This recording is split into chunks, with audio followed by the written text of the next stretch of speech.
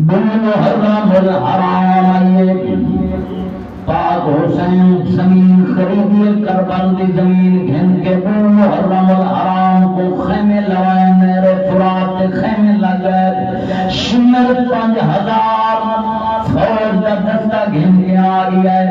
آدھے خیمے پٹور حضرت عباس علمدار خیمے دا پارا دے کھڑن آدھے کھڑن الحفیظ الامان کئی فکر قائلیاں لے بیت کو عباس علمدار خیمے دے پارے دے کھڑن شمر 5000 دا دستہ گھن کے آیا ہے آدھے خبردار خیمے فرات دے کنارے تو پت گھنو حضرت عباس کو جلے واقع ہے عباس کریم پر پہنو دے کان واقع میں 5000 دا دسرا گھنی ودا آپ تلوار نیامی چکٹھی ہے انہیں لیکا مارا ہے فرمایا گرما دا دودھ پیتا ہے اگر حلالیاں تکو دسانا واقع دے 5000 دا دسرا ہے حضرت عباس فرمائے پیمانہ بدبختہ کیا خیبر کو بندے گھن کے آیا کھڑے بہادر خیبروں میں علی ون فتح کرے رہے ایک کربل رہے اگر مرشد حسین اجازت دے رہے ایک کوفی نہ بچ کے ویسو آؤ کا سید حیدر خون دا جلال دیکھو آپ فرمائے تجی جرت ہے آورن اے حیدر دا خون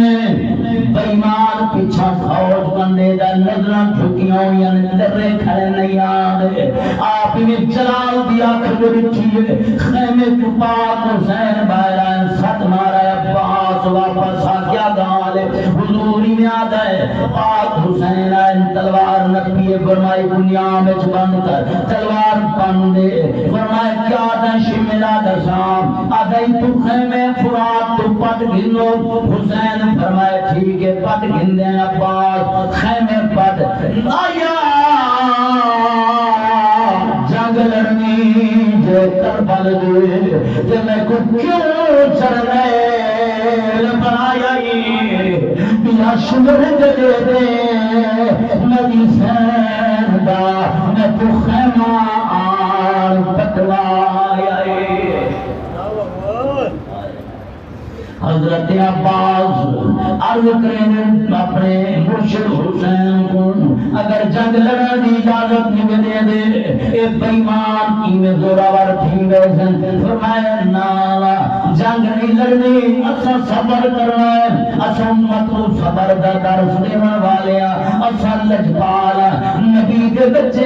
پہل نہیں کرنی دس شمر کیا کرنا چاہنا ہے شمر قرآن کا حافظ شمر قرآن کا قارو شمر 18 حج کی دیوت ہے اور شمر عالم آئی لوگوں سنو پیر بارو فرمائے جے کر دی